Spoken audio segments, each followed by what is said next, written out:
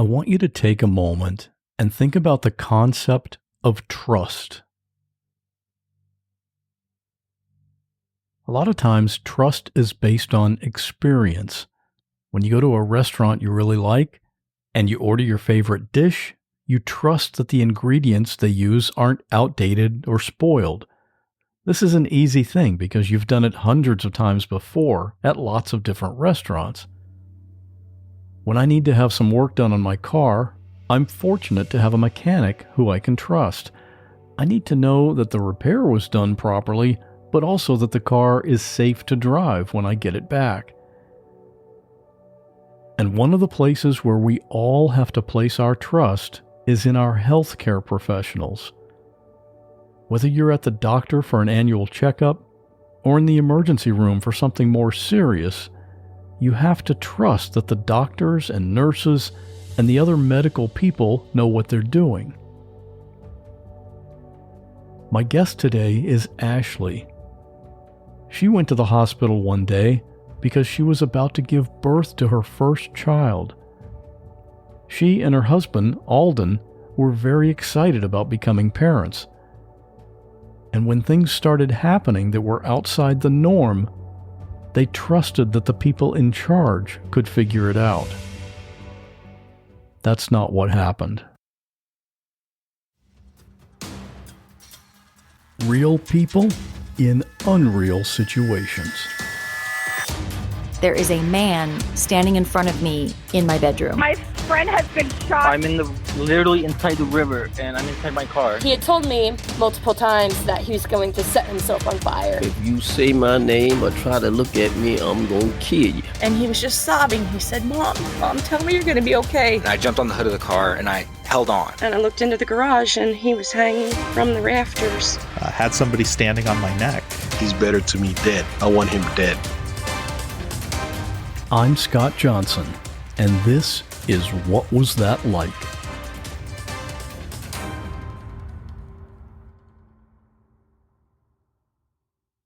Was this pregnancy planned, or was it kind of a surprise? No, it was very much planned. My husband Alden and I had gone to a baby shower for his best friend, and it was there that we kind of decided, maybe we should do this too. And so I went home that night and threw out my birth control pills, and we started trying. And I wasn't planning on having her when I did. It just kind of worked out, the way it did. We managed to get pregnant pretty quickly. We were kind of expecting it to take a little bit longer because coming off of hormonal birth control, it can sometimes do some wacky things. But yeah, it just turned out that within the second month, we were pregnant. Was there anything unusual about the pregnancy? Nothing at all was unusual. It was a really amazing pregnancy. I didn't have any morning sickness. I had a little bit of discomfort towards the end, just regular pregnancy aches and pains. But overall, it really was like a perfect pregnancy. And did you know the sex ahead of time? Yeah, we did. As soon as we hit that 20-week mark and we were able to get the ultrasound to find out the gender, we did. I know some people like to be surprised, but nope. You didn't want that surprise. I wanted to know, and I would have found out sooner if I could have. Okay. Had you decided on a name? We did. And I don't know, this name just kind of came to me in a dream. And we went with it. Alden liked it. And so we decided on Autumn, first names, middle name Marie. So Autumn Marie is her name. And knowing that it's going to be a girl, I assume, were able to decorate, and what was involved with that? I went a little overboard. It was our first. I had decided on cloth diapers. And by the time, the birth came around, I had amassed well over 100 cloth diapers. We had our stroller picked out. We had the nursery painted and set up. And my mother had repurposed this beautiful dresser for her. It was pink and it was white.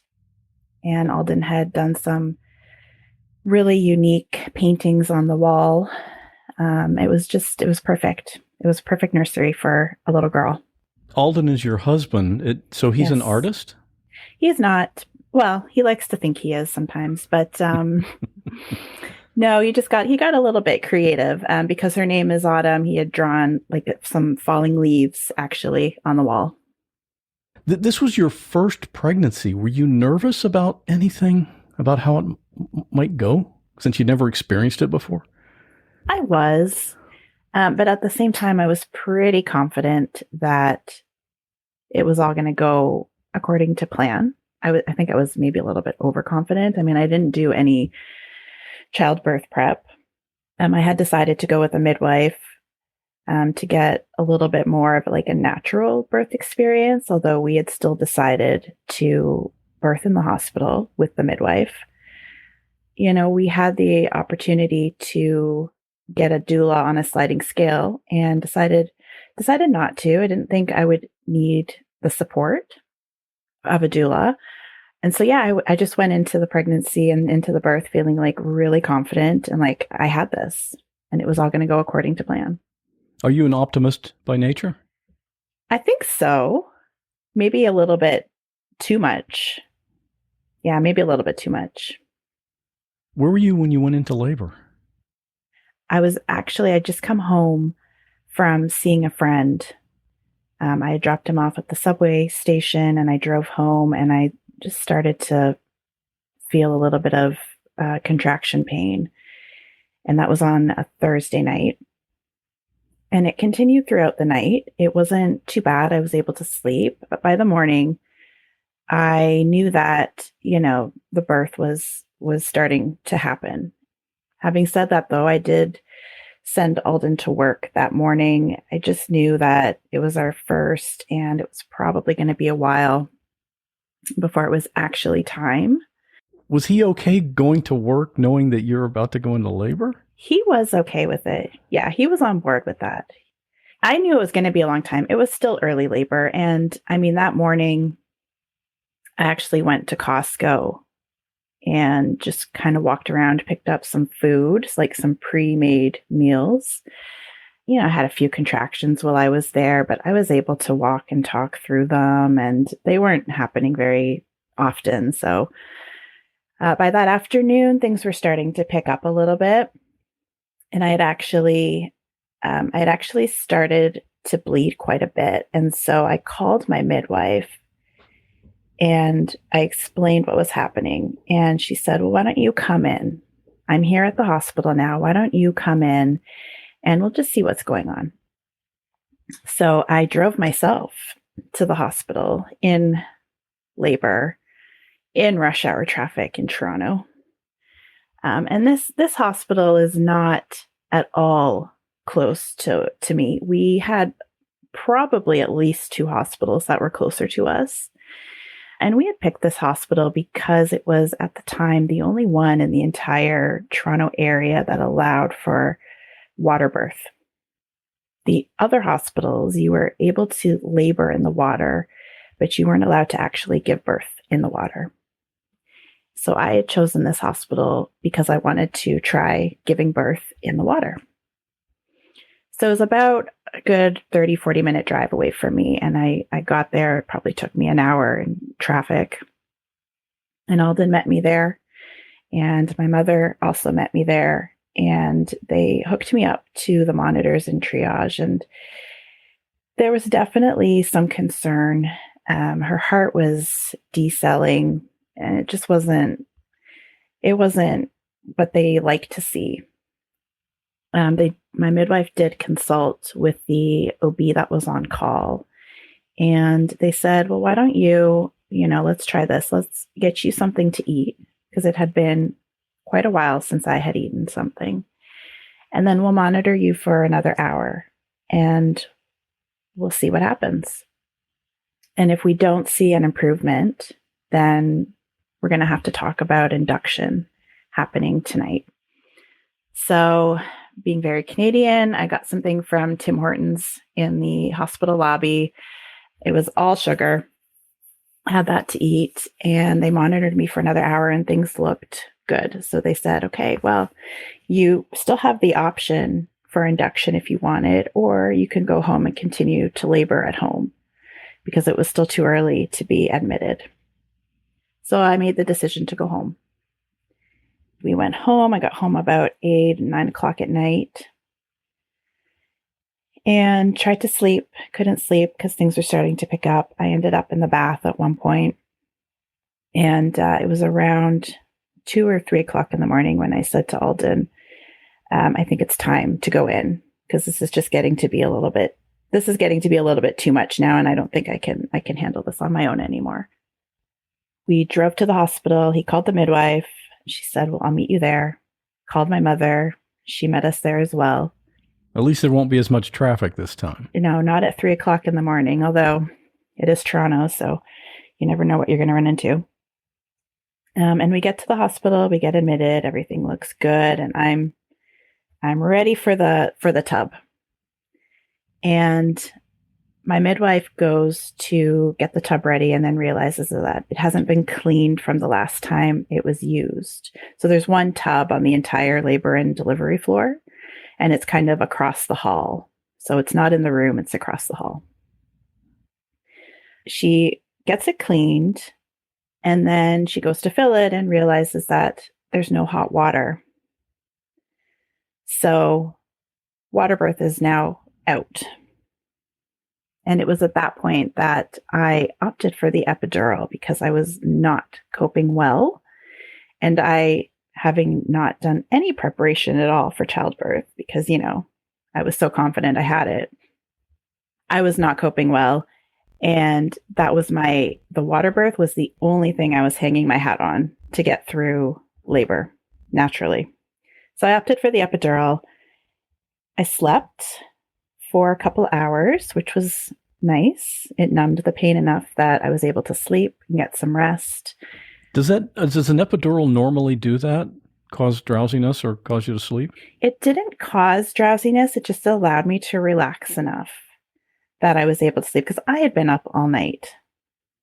I wasn't able to sleep at all the night before. So it was around 8 o'clock that I got the epidural. So we arrived to the hospital around 4.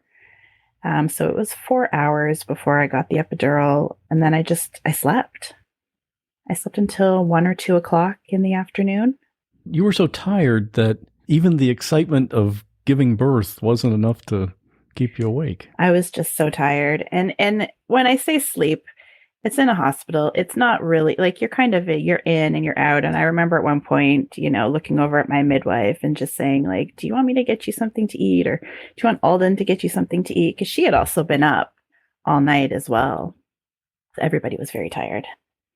2 o'clock in the afternoon rolled around on that Saturday, and it was time to push. I was ready. And what had happened was at some point, my water had broken and there had been some meconium staining in the water, which is fairly common, but it is sometimes cause for concern. So meconium is it's basically the baby's first poop. Sometimes when babies are stressed or just because they might poop before they're born. And as a matter of protocol, my midwife had to call the pediatric NICU team into the room right before the birth, just in case there was any concerns post-birth. They would be there to kind of take care of things, or that was the thought anyway. I pushed for about an hour, and I remember my midwife saying to me, just before you're ready to give birth, I'm going to call the pediatric team in. And so I was waiting for that moment because I knew as soon as she called them and as soon as they walked in the door, like I was going to give birth. And that hour was one of the most challenging hours physically and emotionally because the epidural had worn off and I could feel everything. And that shit hurts. Like it's next level. And I remember at one point, I think I almost kicked my midwife in the face. She was trying to massage something and it just hurt. And I said, if you don't stop that, I'm going to I'm literally going to kick you and I'm going to be sorry later, but I'm not going to be sorry now. It was quite the experience. Can they not give you a second epidural? I was pressing that damn button. With the epidural, there is a little button that you get. And if you need a top up, you can press this button and it will increase the dose momentarily. And I was pressing that button and it wasn't hitting anything. It was literally like it had just stopped working. So I felt everything. Autumn she was finally born. And I remember saying, thank fucking God, I'm never doing this again. Because that was the hardest thing that I had ever done up to that point. When she was born, she came out and the midwife kind of held her up and she cried momentarily. And the midwife put her on my chest and she was looking around. And it wasn't very long before there was just some concern that she wasn't crying enough or she wasn't pinking up enough. They like to say she was a little bit gray and blue still, so she wasn't getting the oxygen circulation that they wanted to see. And so they being the pediatric team, took her over to the warmer, which was on the other side of the room, and they were just going to give her some oxygen and see if they could get her to respond the way that they wanted her to respond. And this is all still in the delivery room. This is all still in the delivery room. Yep. At this point, I'm probably delivering the placenta. I don't remember doing that at all. And at some point, they realized that it was possible the oxygen machine on the wall wasn't working properly. So they decided to take her to the NICU. Now, I had to stay behind. Obviously, I was, this is like maybe 10 minutes post childbirth. I still had to get cleaned up and stitched up and all that stuff. So Alden went with her. Alden went with Autumn to the NICU. So they took her to the NICU, and I was right behind them. Ashley's husband, Alden. I think there was a few mothers there and babies were there. It was just one open room, like no privacy, nothing, no section off anything. It was just like one open room with everyone seeing everything that was taking place. They put her on a table and they trying to put insert a tube inside of her throat. I guess they were trying to figure out if there was something blocking her area, like meconium or something. I think that was what they tried to figure out, if there was like meconium. When that came up empty, instantly, they went into a panic. They were basically, to me, they were saying to themselves, what now, right? There was no meconium, so what's going to be next? Nothing was happening, basically. Everything was just moving so slow. They tried to take blood and run tests. She was hooked up to several machines. I have no clue what they were for or what they were doing, basically. It was just all these wires running from her to these various machines.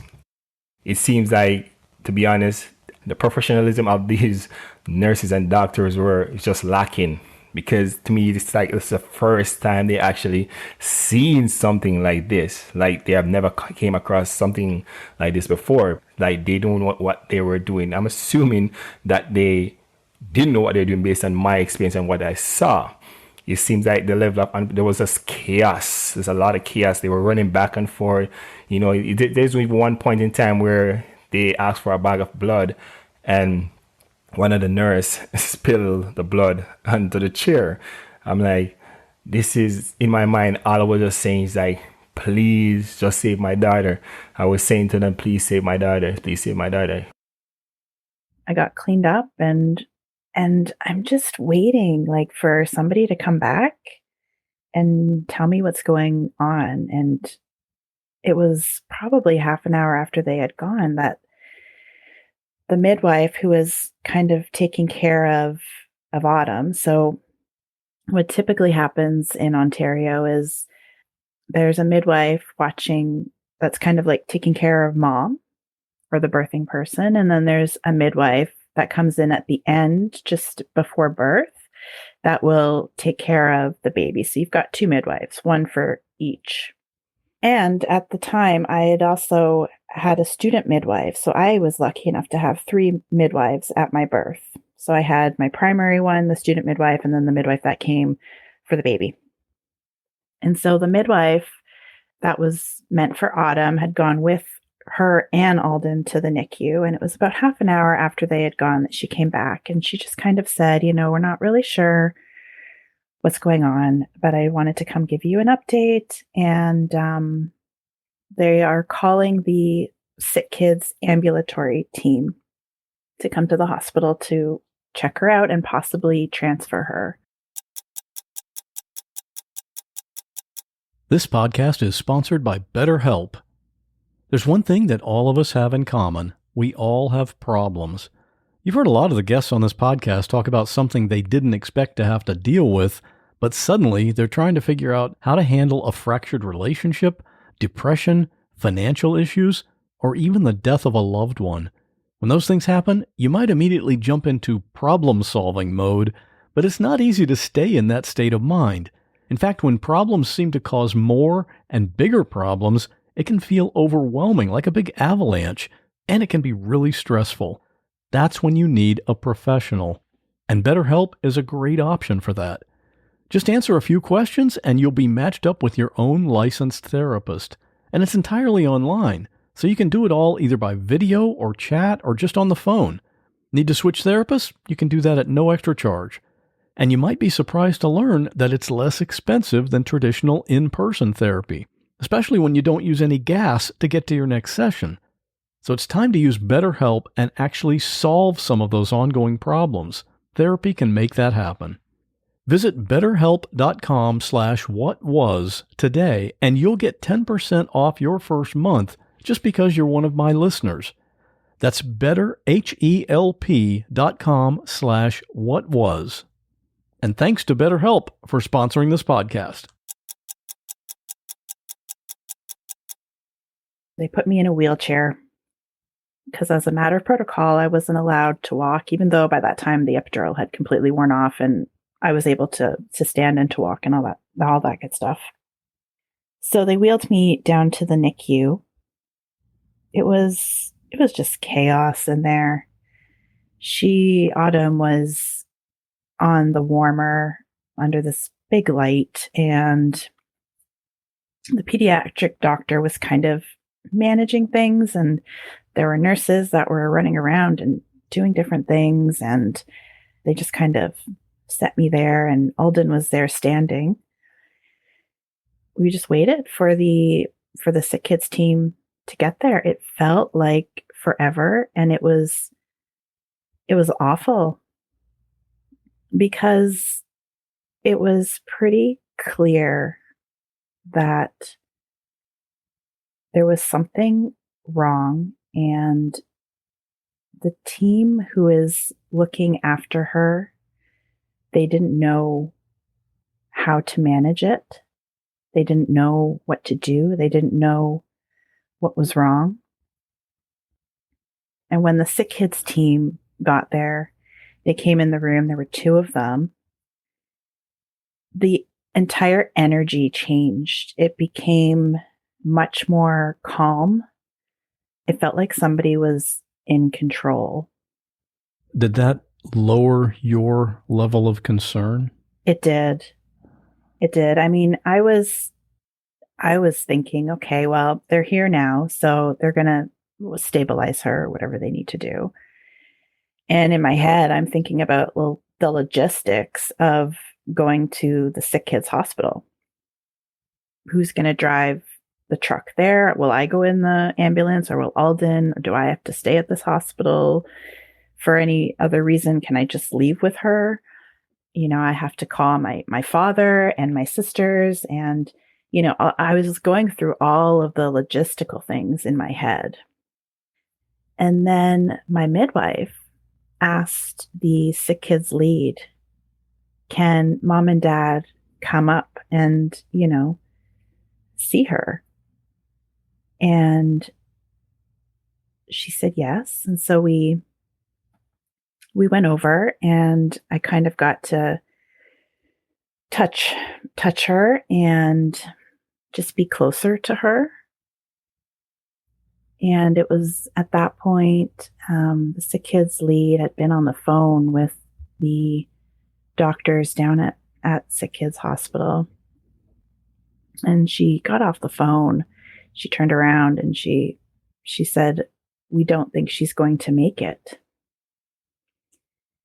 And to say I was shocked would be an understatement, because nowhere in the entire scenarios that I had run through in my head was that an outcome.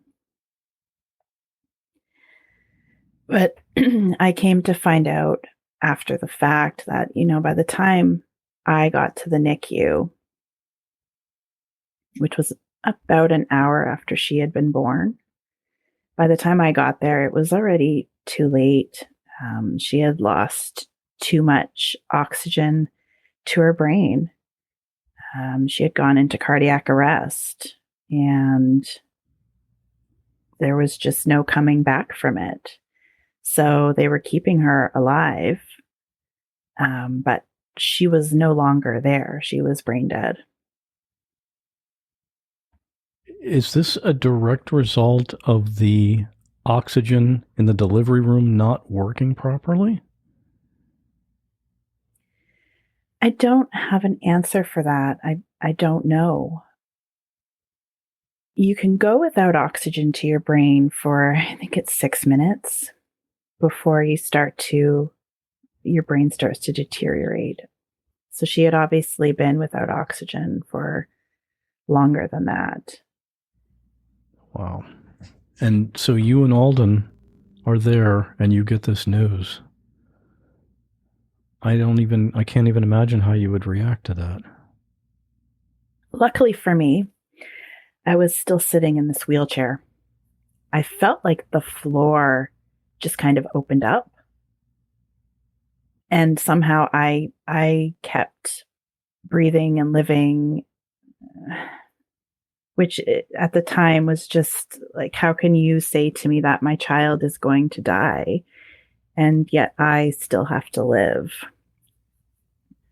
Alden, unfortunately, was not sitting when we got the news, and I think the shock of it just it put him on the floor. He passed out. Instantly, something came over me and I fell to the ground. I just collapsed onto the ground because in my mind, I'm like, I can't lose my daughter. I actually cannot lose my daughter. They called for a code blue. At the time, I didn't know what a code blue was. They called for a code blue. By the time the nurses and doctors got there, I was up, and I was just shaking. I was so nervous. I was shaking. I had to leave the room. I was still facing the Sick Kids lead, and Alden was behind me, passed out on the floor. And I remember saying to the Sick Kids lead, "Can you please turn me around? Because I'm still in this damn wheelchair." And then at some point, somebody wheeled me out of the room, and I ended up in the hall, and the intercom is going off across the entire hospital, code blue to NICU, code blue to NICU. And then people start coming out of nowhere. They're running towards the NICU with this equipment. And all I could think about was, I just need to get back to Alden. Like, how did I end up in the fucking hall? And being the good Canadian, I stayed in my wheelchair, and I just tried to frantically wheel myself back into the NICU. And of course, the door that I had come out through locked from the inside, so I couldn't just go straight back to him. I had to go all the way around to the other door, back through the NICU, back past all the other families that were in the NICU with their very sick babies, only to find by the time I got back to where Alden was, that he was up and he was looking for me. So we went back to our room and tried to collect ourselves. Is this back to the delivery room? Yeah, back to our delivery room. Yep. And I remember my midwife coming in at one point with some resources, things you don't think you need to think about, whether to get an autopsy, funeral arrangements, stuff like that.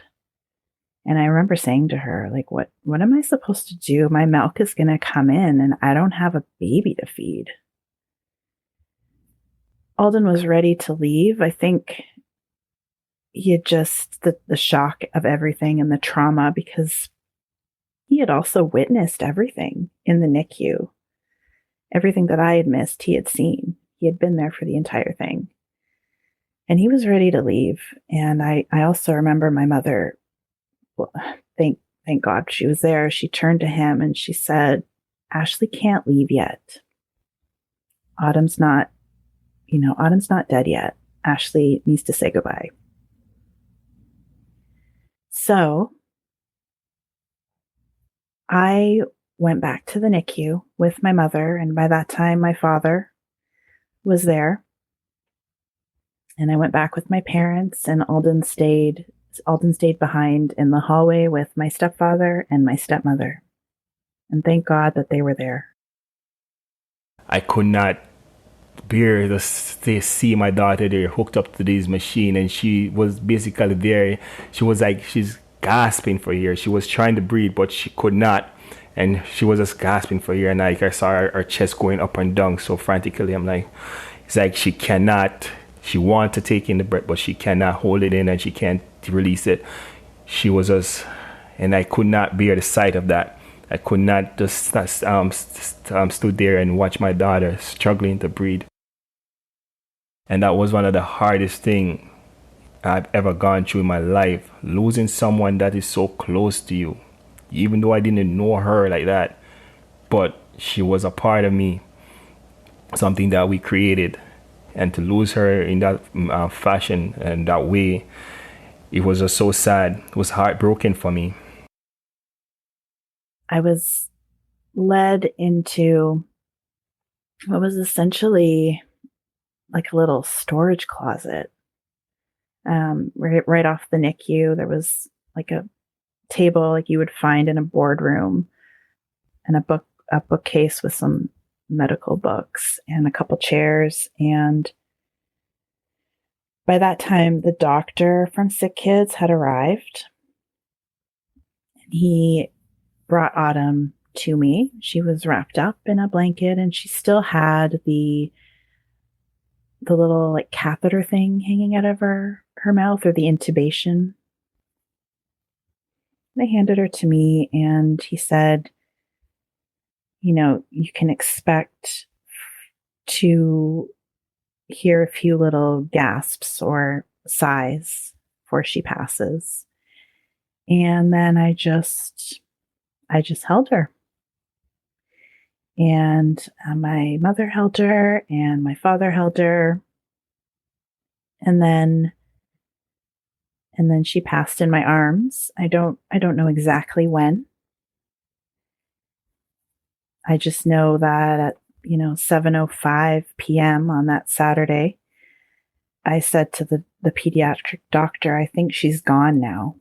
And she came over with her stethoscope and checked and said, yes, she is. So I think I held her for a little bit longer, but she was starting to change color. So I gave her back to my midwife, and my midwife said, are you sure you don't want more time with her? And I said, I don't want to remember it like this. And I gave her back, and I went into the hallway, and Alden was there. We packed up our stuff and we went home. That was surreal, leaving the hospital. You don't expect to leave the hospital empty-handed. And this was a pretty small hospital. It was very quiet. It was almost eerily quiet leaving. You get in the car, and I remember trying not to look in the back seat because that's where the car seat was. And of course, there's no baby in the car seat. This was how long of a drive? It was a good 30 minutes, even, at night, no traffic. It was a good 30-minute drive. How do you talk, or what was the conversation like between you and Alden on that ride home? I couldn't tell you. I don't remember if we talked at all. There's nothing to say. Yeah. Yeah, I really don't remember.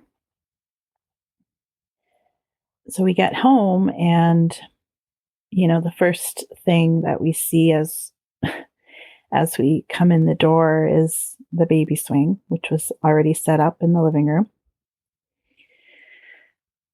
So go upstairs, and I had set the playpen up beside our bed because that's where she was supposed to sleep. So walk in the bedroom, and it's the first thing I see.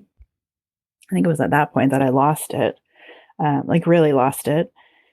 And I remember Alden just grabbing that playpen and literally just throwing it into the nursery and closing the door.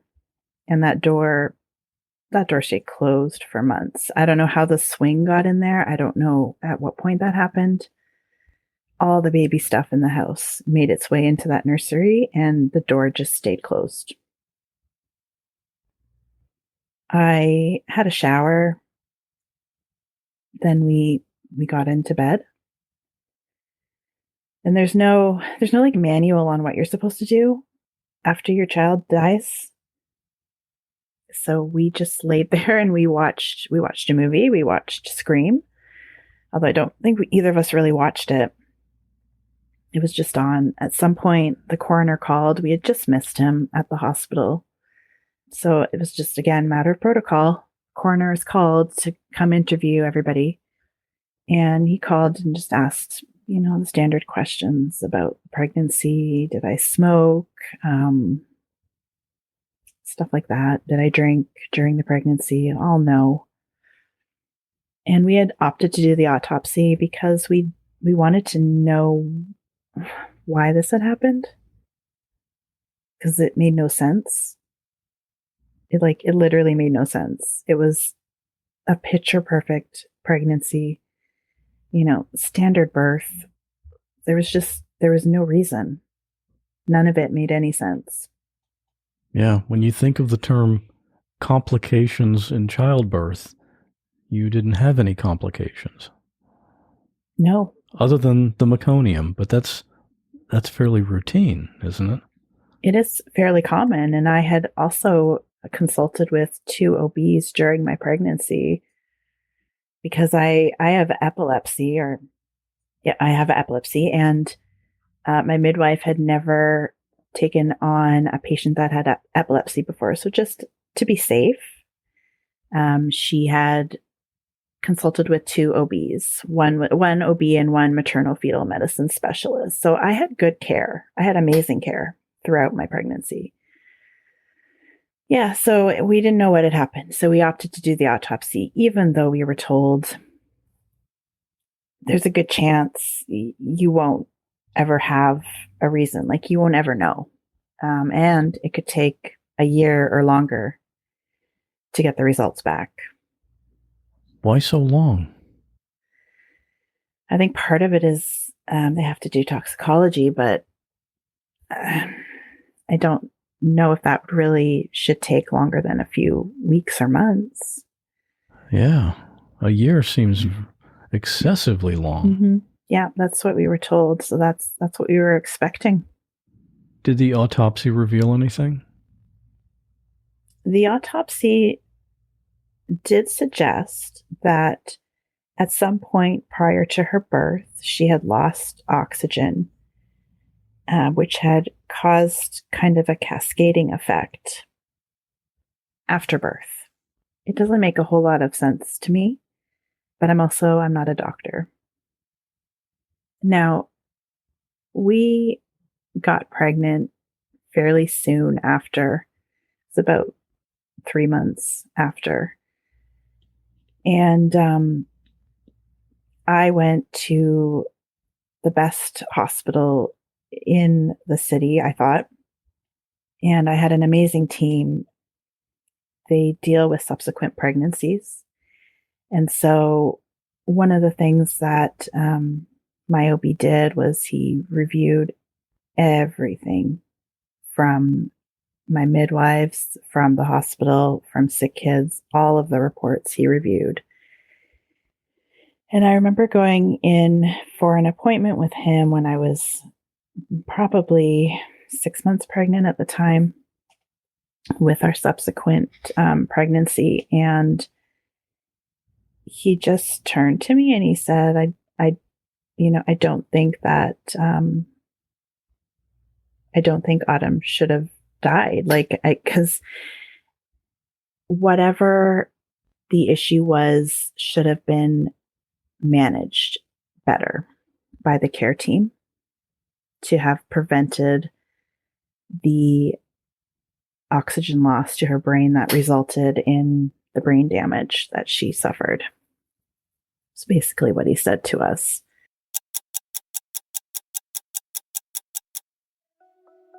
Hey there, I'm Paul Hastings, and I've been listening to What Was That Like for probably about a year now. I love hearing crazy, amazing real-life stories, and Scott does a great job of finding those. I also have my own podcast, which is similar, and I think you'll enjoy listening to it as well. It's called Compelled, and every week a guest shares their unbelievable story about how God did something amazing in their life, even through the worst circumstances. Stories like Gracia, who was kidnapped by terrorists and held hostage for over a year, yet who chose to forgive her kidnappers. Or Virginia, an attorney who came face to face with an assassin sent to kill her. Or Brian, an Army officer trapped in the Pentagon on September 11th. Or Hannah, a young mother of 5 falsely accused of murder but sentenced to life in prison. Or listen to Edgar, who was born without arms or legs. Every story that we share is true, vivid, and told by the person who lived it and saw God working through it. You can listen to all of these stories and more by searching for Compelled on your favorite podcast app or by visiting compelledpodcast.com. Again, that's compelledpodcast.com.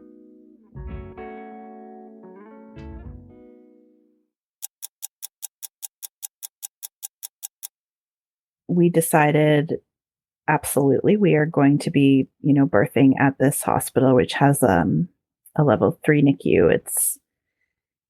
You can't get any better. They deal with the sickest babies, so that if something did happen again, at least you would be in the absolute best place for any type of emergency. Did you decide to pursue legal action against the hospital? I thought about it. We thought about it. We decided not to because it's incredibly difficult, at least in Ontario, to sue a doctor or a hospital. They have a lot of money and really good lawyers. If you can find a lawyer that will even take on a medical malpractice suit, it can drag on for years, for decades, and at the end of the day, you might not get anything anyway, except more trauma. Yeah, it's just dragging out, reliving the experience, and you want to get over it. Not that you ever get over it, but... No, I channeled my grief and my anger into a 5-page letter that I sent to the hospital. I looked up their board of directors and I just sent a copy of this letter to everybody there. And I explained in my letter, this is what happened and this is how the care we received really, really traumatized us. This is how you can improve. And they listened. I will definitely give them that they listened. And somebody reached out to me within a couple of days of me sending the letter and took our, recommendations into consideration. And a few months later, I got another call saying, this is what they had put in place to prevent the same type of experience from happening to somebody else. So one of the big things was there were other families in the NICU when we were there, and there was no privacy. So everybody in the NICU witnessed our tragedy. And I didn't even realize it at the time. I was so focused on what was happening with Autumn, but I can't imagine how traumatizing that could have been for somebody who's already overwhelmed and stressed with a baby sick enough to have to be in the NICU. And then to witness this unfold. The other issue was that there was nowhere really appropriate to say goodbye. I mean, I said goodbye to my daughter in a storage closet off of the NICU. The other thing was there are services where a professional photographer will come and take photos. And we weren't offered that. So I have one photo of her that my mother took on her cell phone. And that's all we have. And I would give anything to have more photos of her. This just seems like such a wrong.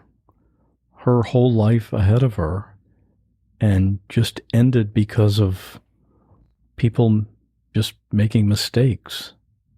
Yeah, it came down to incompetence, and I can say that with certainty after having done a lot of I spoke to a lot of people after the fact. I mean, I was very lucky. We had the amazing OB that we had with our subsequent, who was very experienced, a pioneer in a lot of ways in labor and delivery in the city. As well, I had the opportunity to meet with the doctors from Sick Kids who had worked on the case, who had been on the other end of the line, and who had actually come to the hospital. They assured me that there was, none of the medications I was on would have caused this. Like there was nothing that I had done. There was just nothing that the midwives had done. And it was never explicitly stated by anybody, but there was definitely a sense of frustration on the Sick Kids side by the level of competence that they encountered at the hospital by the pediatric team. You mentioned that you got pregnant fairly quickly after this happened. Was that intentional or? Yeah, it was intentional. I don't recommend it, but I just felt so empty. And there was nothing that was going to fill that void. The closest I could get was to try and have another baby. And we made that decision, even though by the time we were pregnant, we still didn't have the autopsy report back. So we really didn't know if it was something that was likely to repeat or not. And my subsequent daughter, it just happened that we got pregnant on the same timeline just a year later. It was off by a year and a week. So her due date was quite literally a week beyond what Autumn's had been. So there was that to deal with because I was basically reliving the pregnancy just a year later. How worried were you that the same thing might happen again? Extremely worried, and that's why we did things so differently. I had gone from really wanting a natural birth with midwives. If I could have birthed at home with Autumn, I would have. And I went to the opposite. I went to a high-tech hospital. I was followed by a high-risk team, and I was also followed by a regular OB team. So I was being followed by multiple doctors.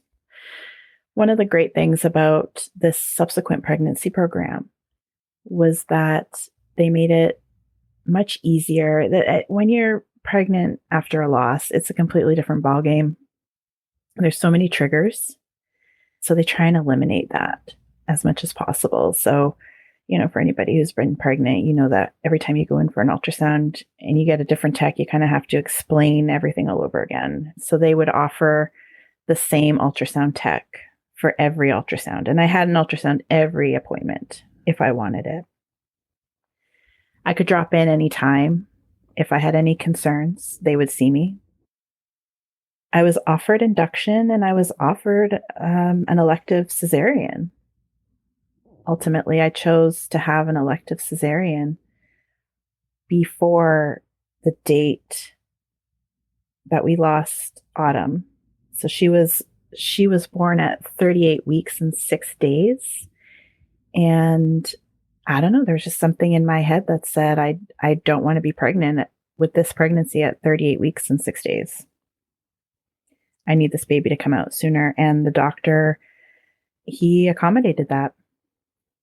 By the time the birth came around, we had already had the autopsy report back. It took about 3 or 4 months, so a lot better than the year that they had told us initially. And we knew that it likely wasn't going to happen again. Like it was a freak thing. And we were, at the best possible hospital, and we had the best possible team. Yeah, I opted for the cesarean. So we went in that morning. It was a very stressful morning because it's a high-tech hospital and it's a high-risk hospital.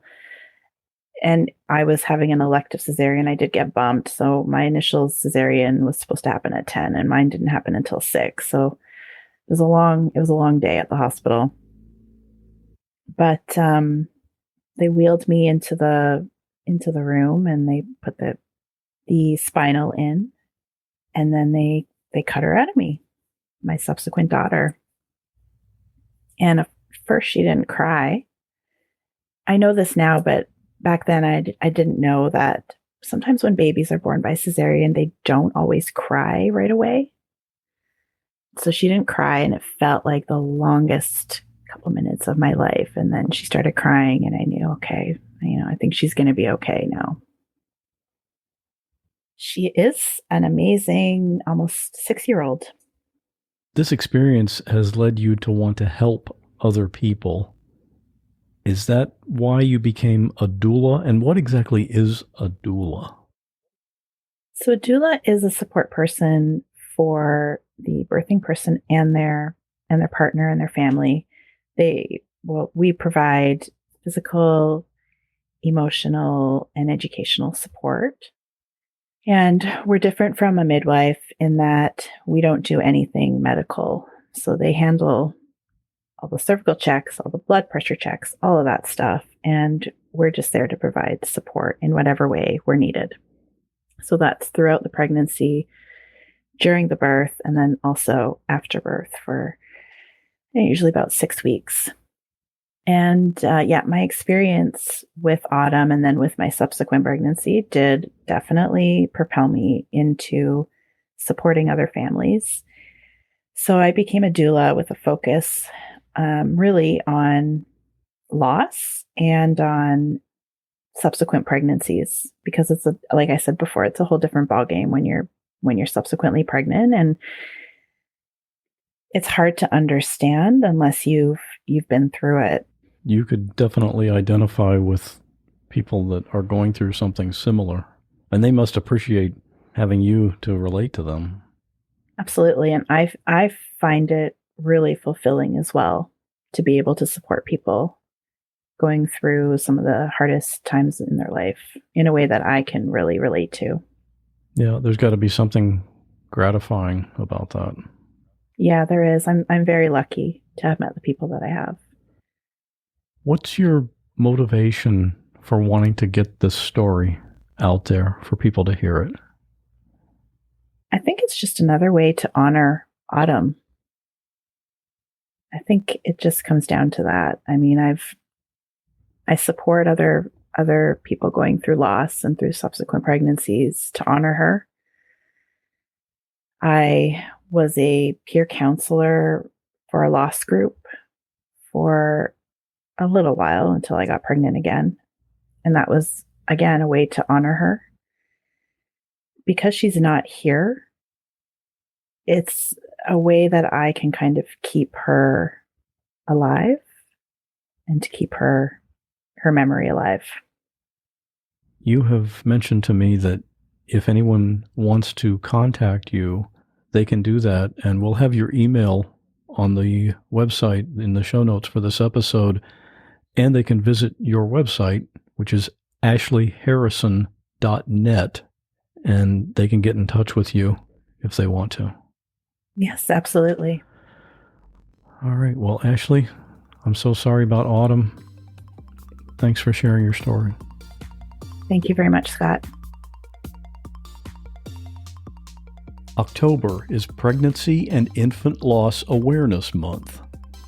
By telling her story here, Ashley wants to help raise awareness and love for anyone who's lost a child to stillbirth, miscarriage, SIDS, or any other cause at any point during pregnancy or infancy. And now, like we often do at the end of each episode, a couple of things I wanted to let you know about. First, I just released a new raw audio episode. If you're new to the show, raw audio is a whole other series of episodes. Currently there are 27 episodes, all available to binge. With each one, you'll hear a 911 call that was made and the story about what happened. All of those episodes are available to anyone who signs up to support the podcast for $5 a month at whatwasthatlike.com/support. And you also get all the new What Was That Like episodes ad-free. In Raw Audio 27, you'll hear about a woman who's followed home by her ex-boyfriend. Hurry, please. They're arguing very loudly. He has a gun. The police are on the way. I'm talking to you as they are en route, okay? So you don't need to be yelling at me. Police confront a man who's holding a machete. And he was just sitting there smoking, so we didn't think much of it. But my mom's saying, she's like, I try to go outside to lock the gate with the lock, but he's sitting there, and she's like, and he has a machete. And a young man has what feels like a therapy session with the 911 dispatcher. Is there any reason that you were so angry at your mother and your sister? I don't know. I wasn't. It's weird. I wasn't even really angry with them. It just kind of happened. I've been kind of planning on killing for a while now. The two of them, or just anybody? Pretty much anybody. You can get all 27 episodes immediately by becoming a supporter of the show at whatwasthatlike.com/support. And I wanted to follow up on the listener story in a recent episode. If you recall, episode 116 from back in September was about 2 New York City 9/11 stories. And the listener story at the end of that episode was from a man who thought his father had died, but through a DNA test discovered that a different man was actually his biological father, and he was still alive. His father's name is Leroy, and so far, Leroy does not want to make contact with his son. And after that episode went live, there were some podcast listeners who responded to that story. One was Nikki. This is the message she sent me. And that's all? Scott, we need to hear more from Leroy's son. Ancestry DNA and 23andMe are stirring families up like crazy, right? Nonetheless, I really hope Leroy decides to get to know and enjoy his son. Life is short. Well, the son, whose voice you heard in the listener story, is Patrick Jones. I passed that message on to him, and he said that he too hopes that Leroy decides to have some communication with him at some point. And if that happens, Patrick will let me know and we'll give you an update here. And incidentally, there's a chance you may have heard or seen Patrick. He's an actor and a producer and a podcast host. His podcast is called Why I'll Never Make It. And in that show, he talks with other actors about the setbacks and struggles of being in the performing arts. If you want to see some of his performances, Patrick's website is pojones.com. There's a clip on there where he was in the TV show Blue Bloods, and he had a scene with Tom Selleck. I'll have those links in the show notes. And now we have this week's listener story, which is how we end every episode. If you have a story that you can tell in about 5 minutes, record it on your phone and send it to me at scott@whatwasthatlike.com. This week, we're hearing from Molly. Stay safe, and I'll see you in 2 weeks. Hi, Scott. I'd love an opportunity to tell you about my pregnancy in 2018. It was our first wedding anniversary when my husband and I found out that we were pregnant, and we were thrilled. Unfortunately, our excitement didn't last. At our 18-week anatomy scan, we learned that we were having a boy and that something was wrong. Our baby was measuring small, like way too small. At 21 weeks, I developed a potentially life-threatening maternal complication. And so, in order to continue the pregnancy, I would have to remain hospitalized until delivery. A few days into my hospitalization, a resident doctor walked into my room with the paperwork necessary to obtain an abortion. She explained to me that in our state, there was a 24-hour waiting period between filing this paperwork and obtaining the abortion.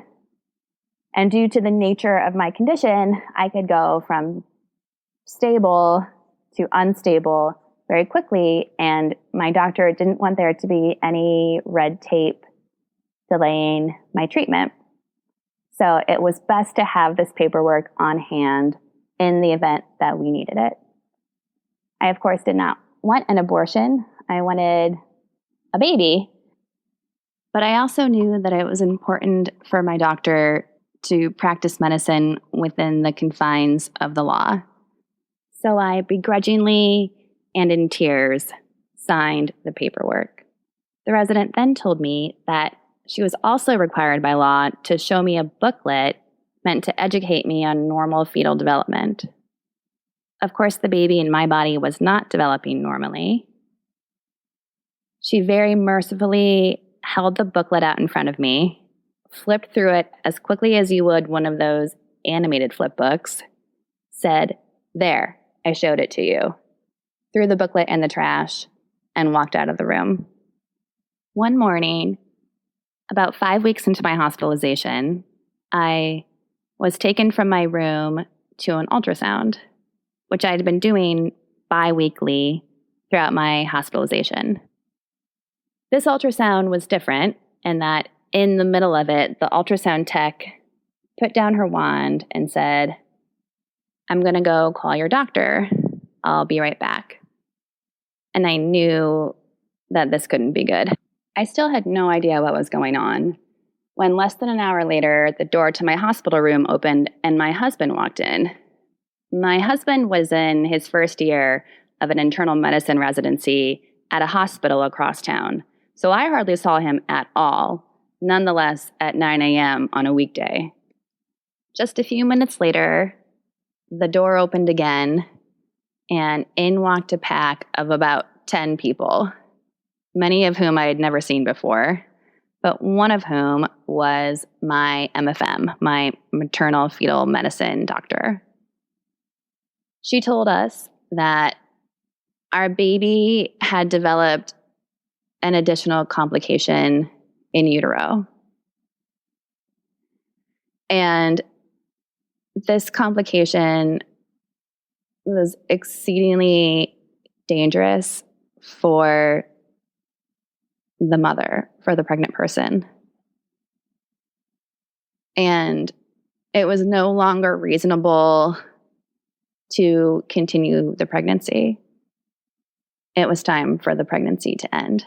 A man from the group then introduced himself to us as the hospital's neonatologist. He explained that because our son was so growth restricted, that he was so small, they didn't have instruments small enough to perform the procedures on him that would be necessary in order to save his life. They didn't have breathing tubes small enough for his windpipe, and they didn't have IVs small enough for his blood vessels. To try and shove a tube down his throat that was too big for his throat would be akin to torture. And due to this new complication, his chances of survival were very slim, even in the best of circumstances. And with him being so small, he stood no chance. He would not and could not resuscitate the baby. The NICU team then left the room, and we were left to absorb the information that all hope for our son was lost. My MFM then explained to us that my baby was likely too weak to survive labor. So in order to avoid a quote-unquote abortion, she would need to deliver the baby via cesarean. That way, she could pull the baby out alive. After the baby came out alive, they would give the baby comfort care and allow the baby to die on the outside, all while I was being sewn up on the operating table. This plan was appalling to me.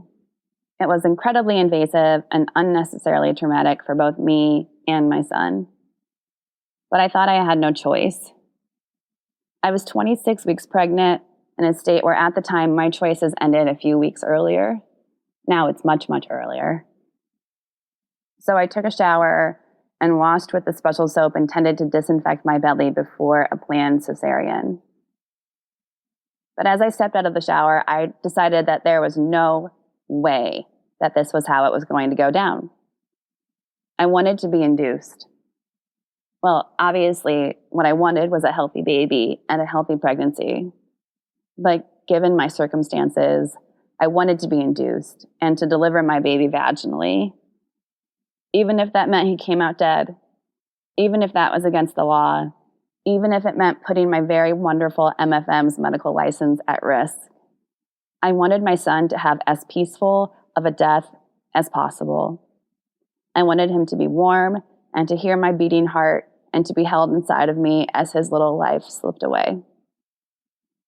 He was my son and I was his mother, and if this was my one and only chance to protect him, so be it. I told my OB that I refused the cesarean.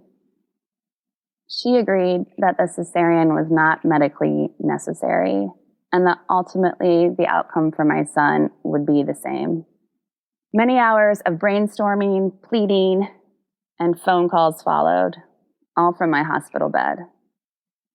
Eventually, the hospital agreed that if my case was reviewed by another MFM from a separate practice, and I was interviewed by another doctor, and the doctors agreed, I could be permitted the induction. 14 hours after that morning's ultrasound, the induction began. And I quickly had to change my mindset from fighting with the bureaucracy to preparing myself mentally and emotionally to do what I was about to do. And I just prayed and prayed and prayed that I would be brave enough to do it. I labored for 26 hours, and he came out dead.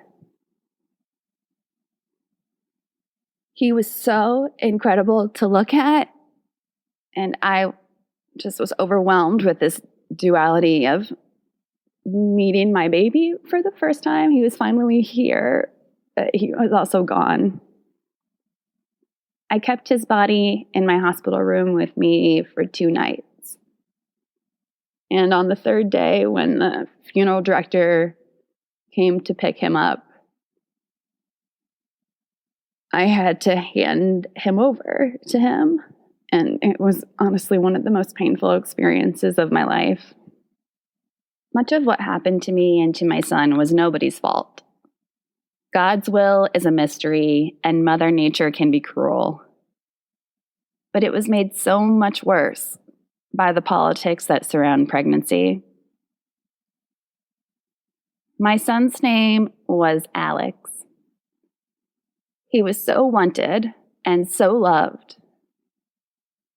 Being his mother is one of the greatest honors of my life.